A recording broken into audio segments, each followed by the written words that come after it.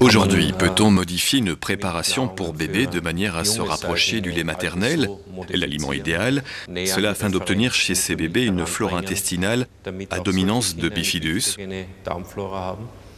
Oui, je le pense, et je crois même que nous avons déjà beaucoup progressé. De nombreuses recherches ont déjà porté sur la manière de modifier les préparations pour nourrissons afin de les faire ressembler le plus possible au lait maternel. Quels sont les facteurs essentiels? Que faut-il faire?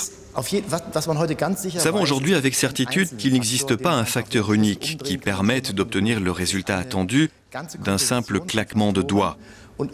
Et il s'agit d'une combinaison de facteurs, le principal étant peut-être la modification de la concentration en protéines et en même temps la qualité des protéines, en vue d'en obtenir une absorption maximale, puisque les protéines non absorbées ont des effets nocifs sur l'intestin.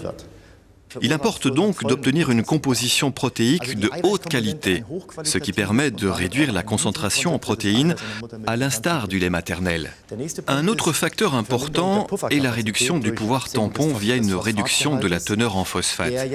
En effet, des taux élevés de phosphate neutralisent l'acide lactique formé dans l'intestin, ce qui le rend inefficace. Il faut également tenir compte de la concentration en fer de la préparation. Le lait maternel contient relativement peu de fer, mais un fer biologiquement très actif.